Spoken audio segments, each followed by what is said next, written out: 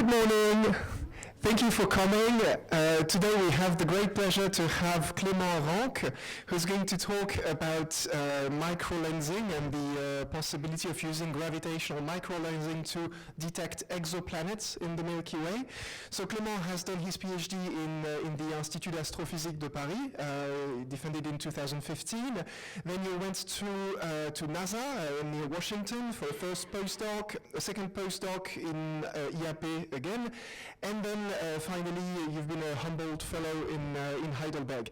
And now Clément is again back to IAP, yes, and he's an assistant professor there. Clément, the floor is yours. Thank you for coming.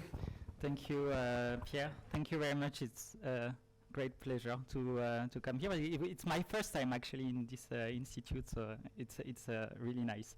So I think it will be not like a seminar opening up towards different topics than you are used to work on. And I would like to, I think microlensing is a very flourishing field of research currently. A couple of weeks ago I was at the annual international conference, and we see more and more topics using microlensing as a tool to measure mass, black holes, detect planets, understanding better the models of planet formation. So I had to choose certain things, and my work focuses more on exoplanets. So this is what I will talk about today. So, okay. So I will start by some generalities about microlensing in the landscapes of planet detection techniques and what we have discovered so far. Very quickly. Then I will show the first constraints we can get from microlensing for models of planet formation, and I think it's a very exciting topic currently, and it's a hot topic, I would say, in this field of research. And then I will show you what the next NASA mission what phenomenon and what techniques the next NASA mission will use to detect planets using microlensing. And if I have some time, I will end with a very new thing, interferometric microlensing. I was very lucky enough to contribute to this new door open in this field. So let's start with our solar system. Maybe I will just I'm organizing also the seminar at IAP, so I know that it's blocked. Sorry, it will be better that way. So let's start with the solar system. You recognize the planets in our system with telluric planets very close to the sun, and giant planets, Jupiter, Saturn, and what we call oftentimes like the ice giant in the outer part of the solar system. We have like mostly three kinds of planets, just to give you some order of magnitudes. So Jupiter is around 300 Earth masses, and Neptune is typically 20 Earth masses. So we cannot see in this picture all kinds of planets, all masses of planets. And one question is, what about the exoplanetary system? Today we know more than 5,000 of exoplanets in more than 4,000 planetary systems. Is it representative of what we find? That's a first question that I want to address. As you see, there is a line, the blue line. I will refer to the snow line very often time in this talk. This is the region beyond which ice can condense, and it's a very important region to in the models of planets formation, because we think that around these regions, the density, higher density of solid material can initiate the formation of giant planets. So I will very often time refer to these limits in our solar system. It's 2.7 astronomical units from the sun. So 1 astronomical unit is the distance between the sun and the Earth. Yeah. The solid material is important, so ice is important. So the question is, where in this system we can find rocks, we can find ice, block of ice. That will be important in the scenario where you accrete gas. So the solids can collide, and then after can collect gas, and the mass will grow slowly initially and then exponentially. But maybe I can give more details on that a little later. I don't know if it makes sense. So what about the exoplanetary systems? Well, one very important thing is that the scientists were really surprised by how diverse the exoplanet we find are, how diverse are the properties of exoplanets. The first thing we can mention is we find a lot of hot Jupiters. This is the paper, so we refer very often time as the first exoplanet detected orbiting a solar-type star. It's not the first exoplanet found. It was in 1995, and you see that I showed you an idea of the distance between the Jupiter, so I think it was 4 Jupiter masses orbiting the star in 4 days. In 1995, the only system we knew was the solar system. It was just impossible for model of planet formation to explain the existence of this kind of planets. So this is one of the many diverse surprises we found. This discovery I just mentioned was made by Michel Mayor and Didier Queloz, who received the Nobel Prize for that and their work after in 2019. And this discovery was done using observation performed in Observatoire de Haute-Provence in France, in south of France actually.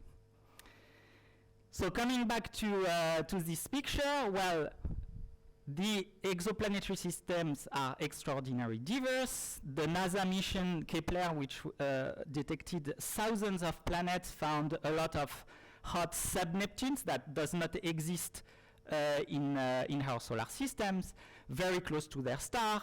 Hot Jupiter, we already mentioned that, and a lot of intermediate mass giant planets. What I call intermediate mass giant planets are planets with mass between typically the mass of Neptune and the mass of Jupiter. And yeah.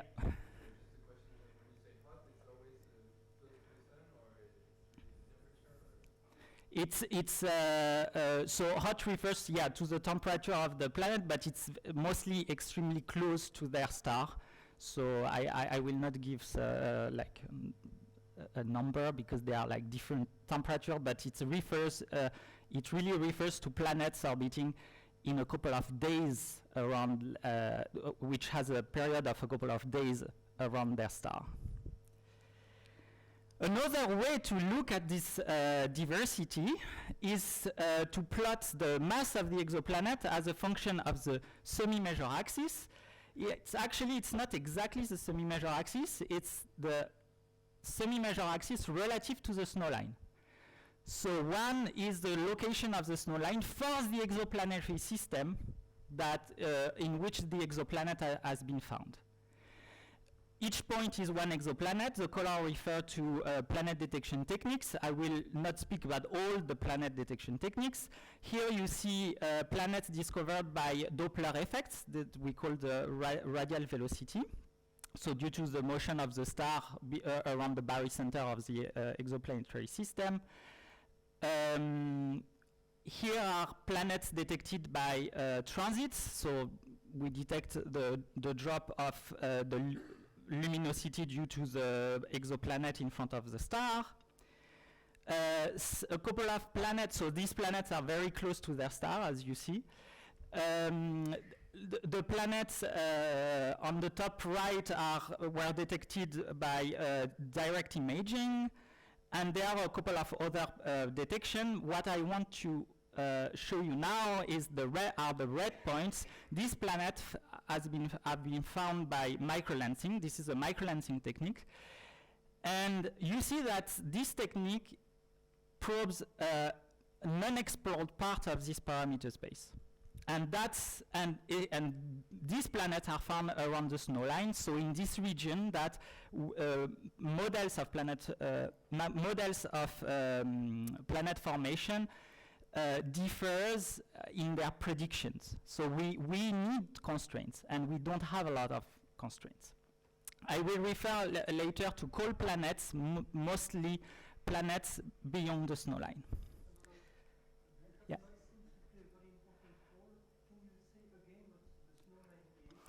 So the snow line, in fact, there are several snow lines, because depending on the element we consider, that's the limit beyond which the ice, an element can condense and form a solid like ice typically. So there is a snow line for water, there is snow line for different elements. It's related to the stellar irradiation.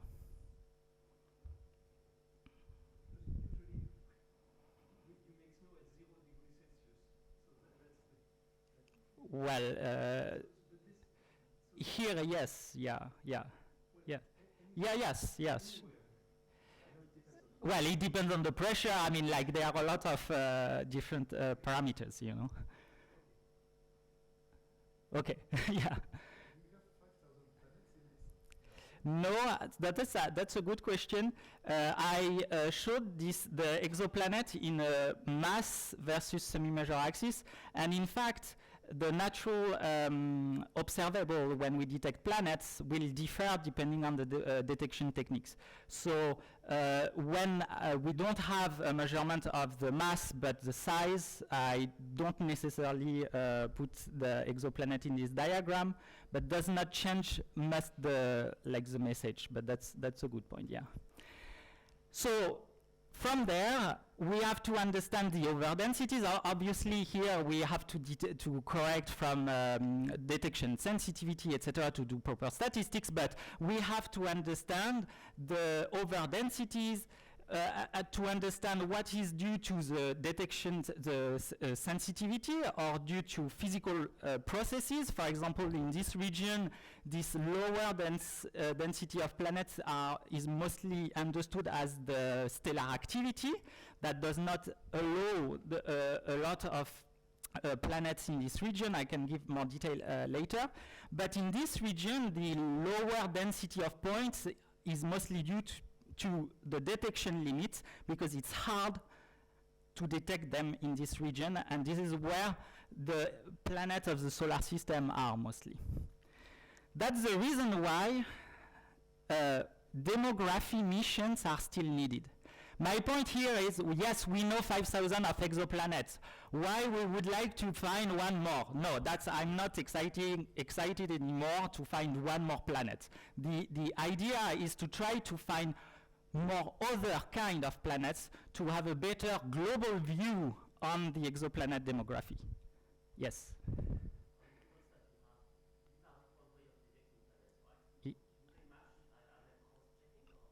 Yes, so mostly radial velocity and transits have a lot of overlaps, and they are like common studies. For microlensing, it's harder.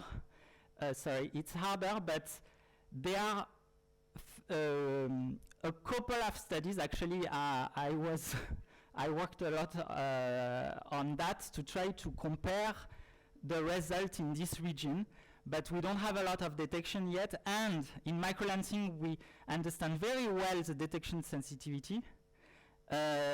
In the sample of exoplanet found by radial velocity, it's a little bit more difficult to get, to understand the detection sensitivity, because it depends on the way the survey has been done, performed, etc. So it's more complicated to do, I would say, rigorous statistics. But this is typically something that we want to do in the future. Okay, and so probing these unexplored parts of the parameter space is one of the main goals of the NASA mission that is called the Nancy Grace Roman telescope, so named after Nancy Grace Roman, who was the first chief of astronomy in the 60s, 70s. It seems that she was known as the mother of Hubble. I think you have heard about Hubble. That's a great honor. So I will not go in all the technical detail. It was mostly for question if there are some people very interested in this mission. What I want to emphasize here, this is a summary of what will be the Roman space mission. So the Roman telescope will be launched in 2026, 2027, it depends. There will be two main instruments. I will only focus on the first one because the second one, the coronagraph instrument, will be technical demonstrator. Very interesting, but we don't expect much science for exoplanets. However, the wide field instrument, you can see the CCD detector on the right, will use like several filters. I don't go in these details. This mission is designed for 4 core community surveys linked to the wide field instrument. 2 high latitude surveys, so imaging survey and spectroscopy, mostly related to cosmology, doing weak lensing, baryonic acoustic oscillations, things like that. I'm not expert on that, and I will not talk about that. A supernovae survey. And what I will focus on is the Galactic Bulge Time Domain Survey I'm part of. And in this Galactic Bulge Time Domain Survey, which is approximately 1/4 of the mission, the goal is to detect exoplanets using microlensing. What is the main characteristic of this mission? So you could understand that from the numbers before, but I think it's more explicit here.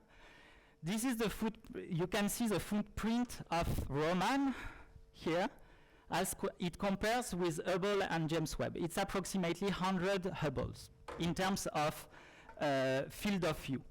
It means that you can observe a lot of stars, which will become very important when I will explain you microlensing.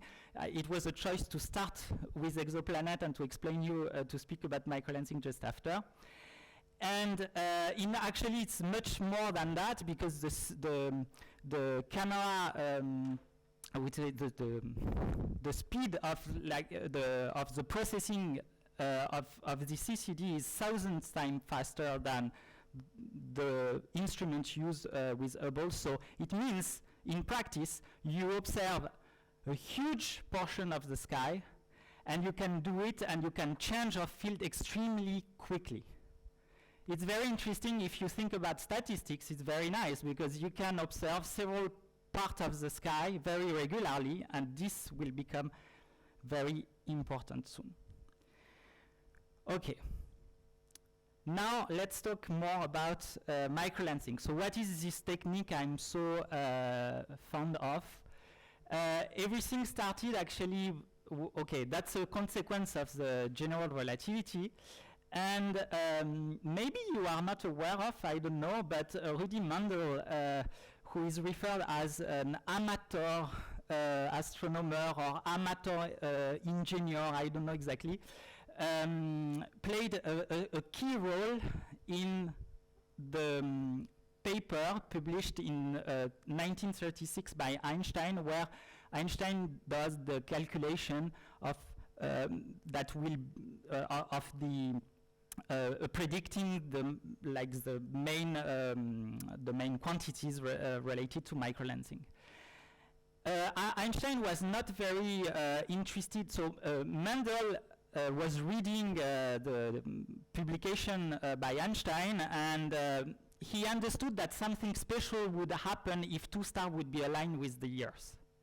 And he contacted Einstein, tried to ask him to do some calculation related to that. Einstein was not convinced that it would be very interesting. There is a very long story. Mendel had a very tragic life, by the way. And because he pushed a lot, Einstein ended up publishing this paper in Science in 1936, where he was computing the Einstein radius and describing what would happen. And the reason why Einstein was not very interested in publishing that initially is written here. There is no great chance of observing this phenomenon of microlensing, so what happens when two stars are aligned. So what is happening? Here you see a patch of the sky. This is an actual picture, we'll say, of towards the galactic center. Each point is not only one star, mostly like several stars, very close together. And I'm gonna play a video, so over time, and look at what we can see. Little flash. And in fact, the development of CCD captor and huge instruments that has a huge field of view enable to observe a lot of stars very regularly. And that was obviously not possible at the time in 1936. It was only possible in 1990s. And Paczynski in Princeton played a very important role in trying to convince that we could observe microlensing events and use these effects to find brown dwarf and exoplanets. He did the calculation of the likelihood for two stars to be aligned enough to see this kind of phenomenon. He found approximately 1/1 million. And so people were laughing. This is something that has been seen by people I worked with. People were laughing and saying like 1/1 million. We will never find that. And Paczynski said like, yeah, but with my detector now, I can observe millions of stars every hour. Yeah. Typically 1 month. And I'm going to show you in more detail right now the answer. I will comment more on this time scale now, actually. So this is what happens in a microlensing event. A microlensing event happens when two stars are almost aligned. Very often time, if you do the calculation of what is the situation that the most likely in the Milky Way, this is a star. Very often time in the galactic bulge, the background star, I will call this star the source. Light coming from the background star that is bended due to the gravity of another star, the lens star. And because the light is bended, the light rays are bended, several images of the source are, it seems that we could see several images of the source. That's exactly what happens when we put, it's a kind of illusion, optical illusion, okay? The thing is that these images are extremely close together, and I will give you some order of magnitude soon. So close that we cannot distinguish. Actually, we were not able to distinguish them until recently, and that's the thing I did that I was with Arnaud Cassan that I think I was the most happy with, to see for the first time using interferometry these two images inside the flash you have seen earlier. This phenomenon happens at a galactic scale, and you can see that this is a simulation showing what looks like the Milky Way. The distance between the galactic center and the solar system is around 8 kiloparsec. It's around 26,000 light years, to give you an idea. Each stars are stars around which we found exoplanets, and all these planets were found using microlensing. So you see that we can find them up to the galactic center. Here I show you a simulation I did. So imagine that you are looking toward a microlensing event, so on the plane of the sky. Here is the lens, the location of the lens, and this is the source. What I did in this simulation is, so the source will move along this line. We should not see it. And I computed the shape of the images. So you see that these images, there are two in the case where the lens is a single star, no exoplanet. And these two images will move as the source moves relative to the lens. So the two images are located to, around a typical, the Einstein radius, the angular Einstein radius, sorry. So this is the typical length scale of this phenomenon, and you will see what happens. So the source is moving, the alignment is getting better, and you see that the two images are more and more distorted as the alignment is becoming better. Here you see the magnification of the flux coming from the source as a function of time. So here it's around 10, and the better the alignment, the highest the magnification. And the magnification can reach thousands or tens of thousands during a microlensing event. What happens if the lens hosts a planet? In that case, we don't have this bell-shaped curve. We observe some what we call anomalous anomaly. So it's an anomalous event. So we don't see very well, but this is again the magnification as a function of time. It's nonlinear physics, though it's not just a modification, just a linear change in the light curve, and the shape of the light curve highly depends on the motion of the source relative to the lens. And to understand a little better what's happening there, I showed you, I did this simulation where you can see exactly the same thing as here. This is the trajectory of the source relative to the lens, and the yellow shows you the path of the multiple images that would be created by the lens if there were no exoplanet. And you see that if the exoplanet is around the path of this major image or minor image, we can see so an anomaly. And actually, this is something that is highly related to the detection efficiency in microlensing, and this is something that you can see here. Here you see a magnification map. It means that one point in this map is giving you, the color is giving you the magnification value of the flux for one source that would be at this location. Okay, so there are locations where the magnification is highest, and the source will move in this pattern. And you can see, so this magnification map is determined by two parameters: the mass ratio of the mass of the lens, the mass, sorry, of the exoplanet divided by the mass of the host star, and the separation. Here the star is on the right. Here, the star is here. Here is the planet.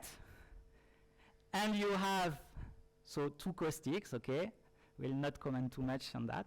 If we have this kind of trajectory as the stars are moving relative to each other, this is what we could observe. With this trajectory, this is the kind of the shape you can observe.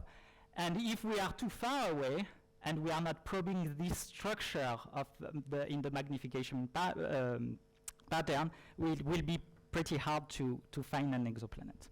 I think okay. So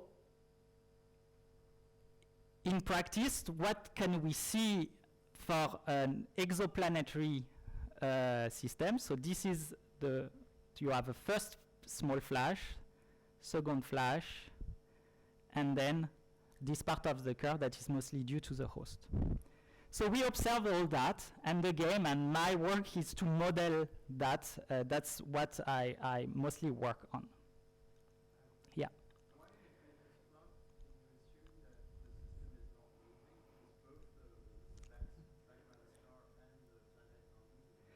we don't assume it, and we in the model we take it into account. So it means that the shape of the of the caustic will change over time as while indeed the source is moving. Yeah.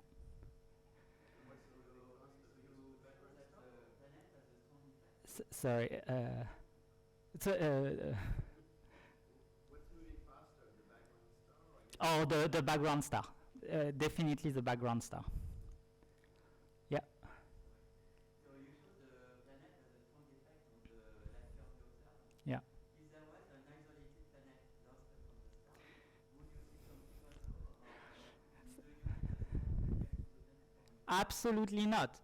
What will change is the time scale, because the time scale of the event, what we call the Einstein time scale, I will show you, is proportional to the root square of mass. So basically, an isolated planet, what we often call free-floating planets, we actually detect them, and that's a huge constraint for a model of planet formation. And they have like a couple of hours time scale. We see exactly the same thing as a star, if the length was a star, but it lasts, the magnification pattern lasts a couple of hours, typically. So you need like to observe the same patch of the sky every 15 minutes, typically. And this is what the Roman Space Telescope will do.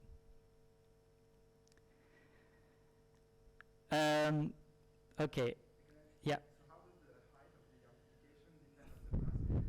Because I would assume for a planet it's much lower than the star, but then on your plot it seems that the planet is huge. So it highly depends on the on this. So on the there is no simple answer to that. I will just say that. So you see, there are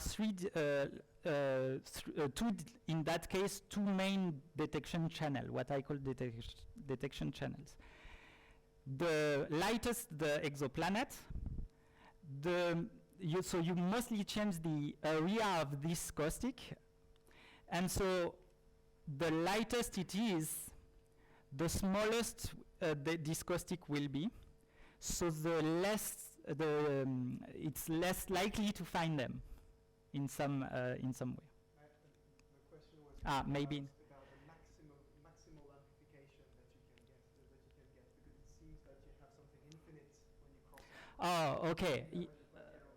Okay. And also when you have an isolated planet, how high would you just observe? So an isolated planet, it's exactly like for a star. Everything works the same way, and the maximum. So what drives the maximum magnification that is reached are two things: the alignment. So it's the alignment and the size of the source.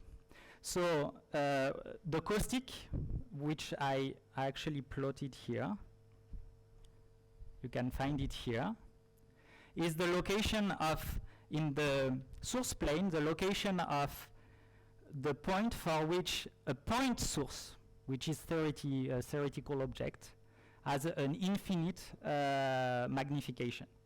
A source is never a point source. So there is you need to integrate over, and this will bring you back to a finite value. Okay. So as you see, you need to monitor the same part of the sky very regularly. That's why we are using a network of telescopes observing from February to October in each continent. And when one continent is not, it's the day for one continent, the other one are keep observing, and that's pretty impressive. How much time do I have? Oh, okay. So I will go much faster. Okay, so coming back to a real microlensing event. This is what it looks like. The anomaly can be pretty subtle in that case. And from this, from the modeling of this kind of light curve, you can extract a time scale, typically a month. the mass ratio, so the mass of the exoplanet divided by the mass of the star, the projected separation between the exoplanet and the star, and some properties of the source. What is important here is we want to characterize this exoplanet. So from these two ingredients, we obtain a first mass distance, first relation between the mass and the distance of the length of the length and the planet.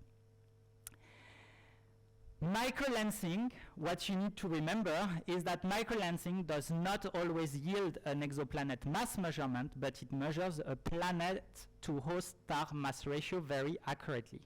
That was my point. And of course, the mass is an important parameter. Here I lied to you. If I remove from the red point the point that for which we have an accurate mass measurement, this is what remains. So one of the goal is to improve the characterization of exoplanet. Does it mean that if we measure the mass ratio, does it mean that we cannot say anything about the properties of these exoplanets? Actually, we can extract some interesting constraints, and that's what I show you now. So this is the result I'm about to talk about are very important, obtained thanks to the MOA microlensing observation in astrophysics. That's the meaning of MOA 2 survey. It includes 6 to 10 years of regular observations. This collaboration is led by Japan, and the telescope is in New Zealand. That's why I put this map of New Zealand in Japanese. And this is the main result, and that's the thing I wanted to show you today. That was a big thing in microlensing. What is represented here is the abundance of exoplanets as a function of what we measure accurately, the mass ratio. But most of the stars in the Milky Way are low mass stars, 0.4, 0.5 solar masses. So we can guess a little bit what this mass ratio refers to. I put here around the mass of Neptune, the mass of Jupiter would be here, just to have an idea. And this is the result. You say, okay, well, that's nice, but what can we do from that? Well, the first thing to remember is that the most common exoplanets have a mass below the mass of Neptune. The slope seems constant here. That's log scales. And sub-Saturn planets between 20 and 80 Earth mass are more common than Saturns and Jupiters. What can be interesting, what it would be interesting is to compare that with predictions of model of planet formation. And this is what has been done, we did. So I'm not expert on population synthesis models. This is a simulation done by Christophe Morbassini and his group in Bern, and I will not show you the same kind of work done by Ida and Lin in Japan, but the results are very similar. This is a prediction, and my first reaction was like, okay, that does not work at all. This will never do a paper. That's a problem. Their reaction in Bern was, wow, that's amazing. That works so well. I said like, well, okay. Because there are so many ingredients in their population synthesis models that they were kind of surprised that not to be that far. Also, you must keep in mind we are not talking about the same exoplanets that drove the development of models of the theory until now. Until now, the main constraints were coming from exoplanets orbiting their star very close to the star. Now we are looking at exoplanets beyond the snow line. So maybe they don't have the same properties. Maybe the existence of this planet must be explained by other processes. What can we do? So these model populations in this model are extremely complex. They make a lot of assumptions in the opacity of the disk, of there are some effect of initial conditions, etc., etc. And so what we did, we said like, oh, we are looking at faraway exoplanets, so maybe the lack of exoplanets in the prediction could be due to too many exoplanets in our model that are migrating from outside the system to inside. And by microlensing, we would not find them. So they did, again, the same simulations, huge simulations, switching off migrations of planets. Of course, it's artificial. We know that the planets migrate because of gravitational and instabilities and a lot of different effects. But just to see. And well, that's a little better. And we are still, we have still this, between the mass of Neptune and the mass of Jupiter, the predictions predict much less exoplanets. Where does where it can come from? Well, one option, one idea, is that the runaway gas accretion that we were referring to a little bit earlier could actually not be as accurate as we think. So here you see the from models the evolution of the planet mass as a function of time. And when so these curves refers to the mass of rocks, the mass of gas, and the total mass. And you see that when the mass of gas and the mass of rocks are approximately equal, there is an exponential increase of the mass. And we find by microlensing a lot of planets with masses around here, here, and here, and that's very unlikely with this model, because these planets should experience this exponential growth extremely rapidly, so we should not find them. We should not find a lot of them.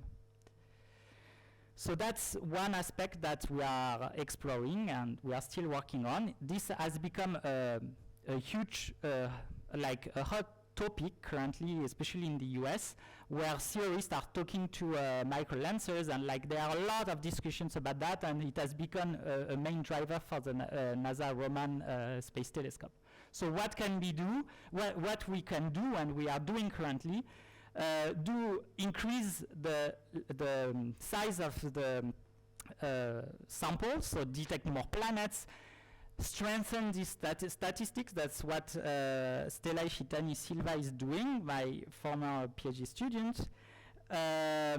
We can extend the statistics to understand better what happens at higher mass, and we also can convert the mass into a mass measurement.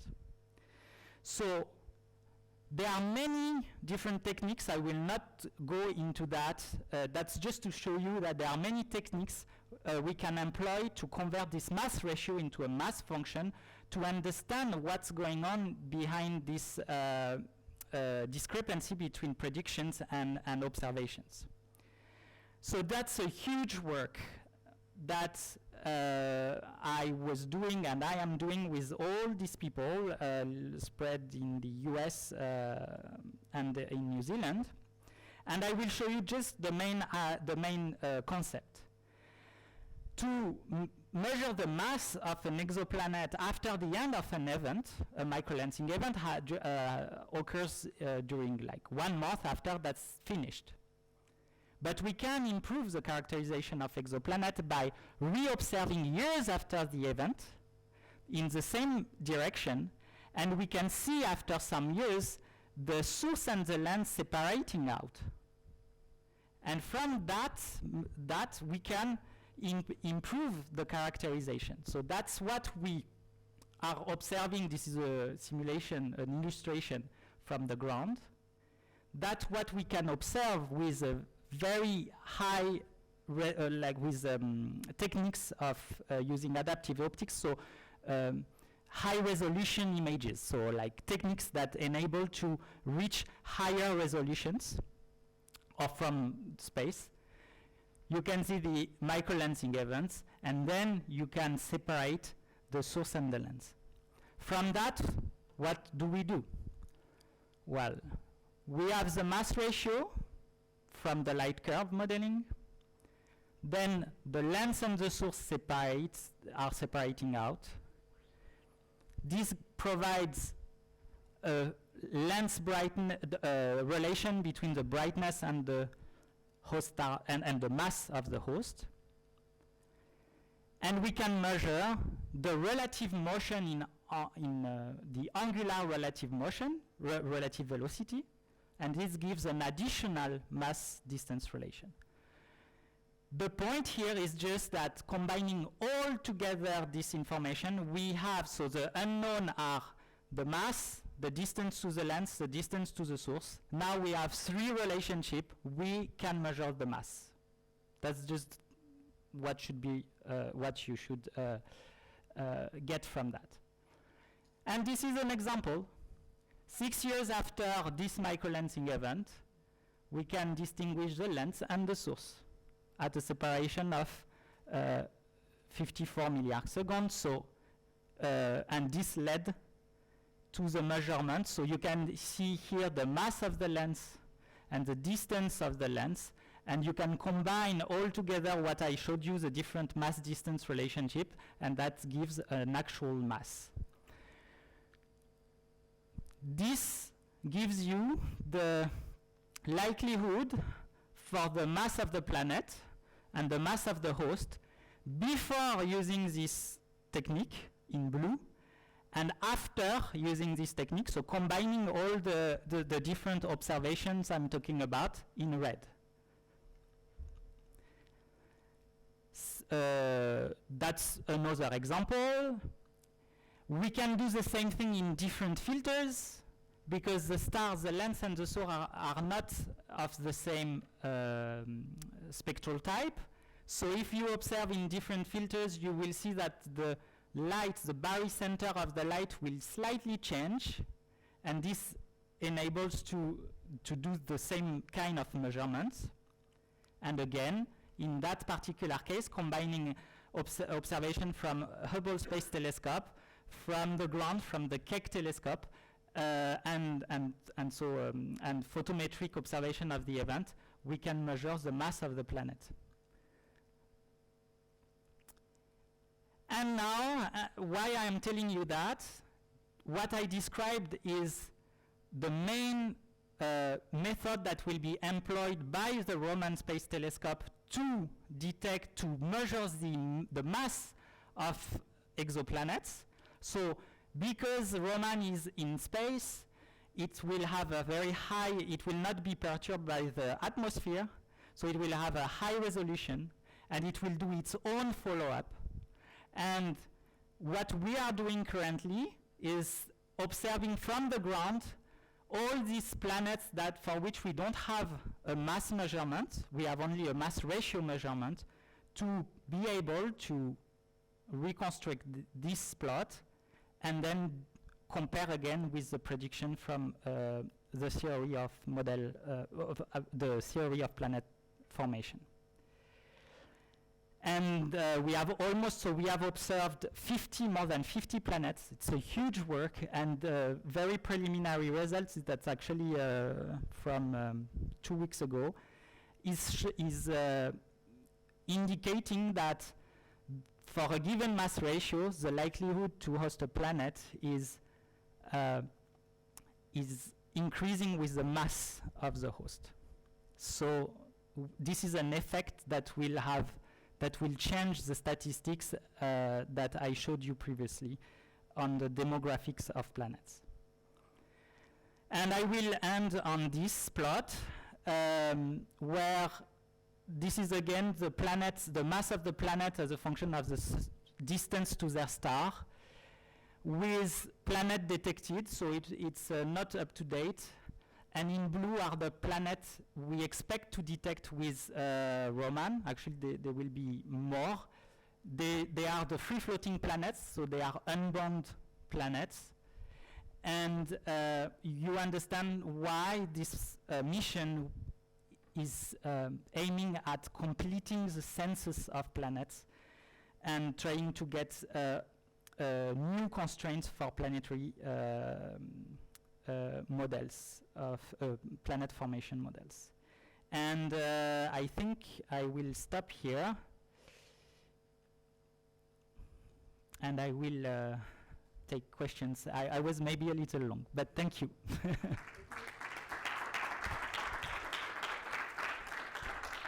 So there are a lot of different things I could talk about, very exciting things, but I had to choose. If you have questions.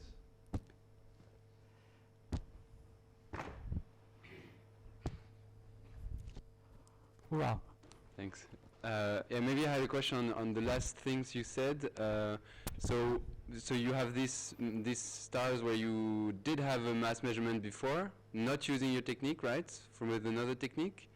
Did you compare? Did you get? Can you compare and see if you find the same? Yeah, so that's a good question, and the answer explains why. So I didn't tell you, but that's directly linked to your question. When we work in microlensing and we use microlensing to detect planets, we are looked very weirdly by people working in exoplanets, because we were looking for actually macho, so dark matter as a compact object initially. So that's why microlensing has been developed initially, and it's not well understood. And one of the first things that people working in other planet detection techniques, they ask exactly this question, and for some of them, there are mistakes. So I'm happy because, you know, when I did this observation in a couple of planets that I detected and I published, and trust me, when you are in remote, you know, and you are controlling the Keck telescope in Hawaii, and you are observing, and you are quite stressed because you know what you should expect for the separation between the lens and the source, and you know immediately if you will be obliged to do a paper telling that 5 years before you just did a crappy work, so or not. So it didn't happen to me, but it did definitely happen to not a lot of them, but some objects that were not well characterized. Yeah. And that gave some arguments for other detection technique to say, yeah, you see, you don't know what you are talking about.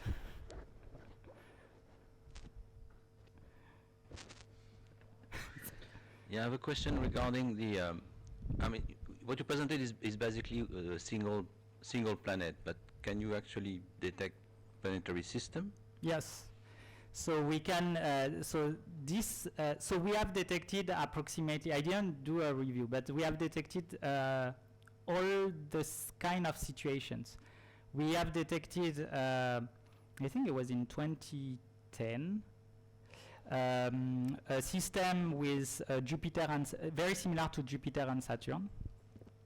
So modeling a microlensing event is, as soon as we had one more planet, it gets extremely demanding in terms of numerical computations, because there is no analytical solutions of the lens equations. So we could detect this. We detected now I think more than 10 two-planet systems. We detected also in microlensing a situation where there is a binary star, so two stars orbiting around and a planet orbiting one of the components, and a planet in another situation, two stars very close together, and the planet orbiting both of them. And we did find that with microlensing, but not only microlensing actually.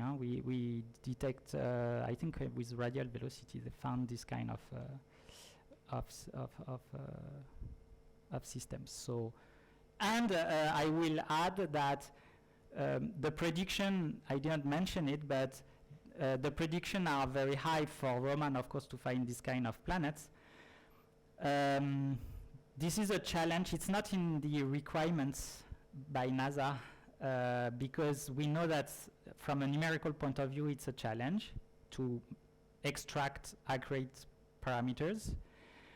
They are degeneracies basically, but there will be many of them, and there will be systems with actually a moon. So with these techniques, the detection sensitivities clearly enable you to detect a star, a planet, and a moon around the planet.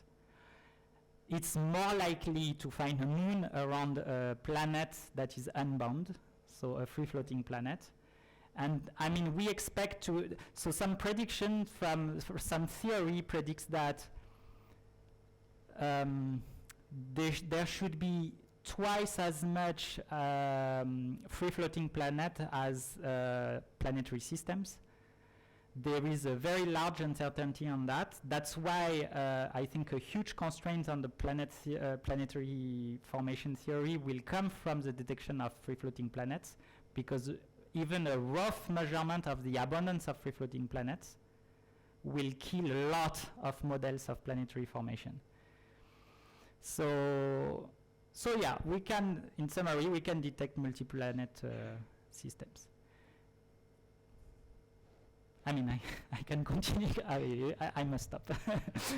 Do we have a last question? By which coincidence or reason your microlensing detections are to the right of the snow line, and the blue technique, which I don't know what it is to the left of the snow line? So what was the question that initially? I didn't get your question. So why the microlensing detects on the right of the snow line, and the blue one, which I don't know, is on the left? So for microlensing, I will say that it's a little bit random. It's just because we are living in the Milky Way, and if you take, it could have been completely different, because we can find very easily with the highest sensitivity exoplanets that are relatively close to the Einstein ring radius, but like not on the, there is like some margin. So typically between 0.5 astronomical units to 10. This is the order of magnitude. The reason for that, so that's why physically speaking, we can detect planets beyond the snow line. It's because the Einstein radius of the lengths in our Milky Way most often have their the Einstein radius is around the order of the astronomical unit, so of the order of the snow line. It could have been completely different. Why is that this value? It's just because most of the stars in the Milky Way are low mass stars, and if you do the computation with the mass of the lengths, like the distribution of the mass of the stars in our Milky Way, and the distance in our Milky Way, you will find this value. Could have been completely different. For the blue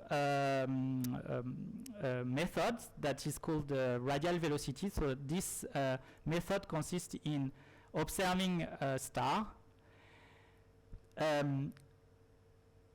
regularly and detect the slight shift in color, in wavelength of the star that is due to the motion of the star. This motion is interpreted as a motion around the barycenter of the exoplanetary system. And this is, if you compute the detection sensitivity, the further the exoplanet is, the smaller the will be the shift in wavelength, and so it's harder to find the exoplanet. Did I answer the question? Yes, thanks. And for transit, it's even easier to understand, because we need, so transits detect the drop of the light coming from the star just due to an eclipse, and so the closest and the bigger, the closer and the bigger the exoplanet is to the star, the closer to the star and the bigger the exoplanet is, the higher the amount of light is blocked by the planet, and the easier is to detect them. Sorry for my English. Okay, so I think we must stop here. So thank you again, Clément. Thank you.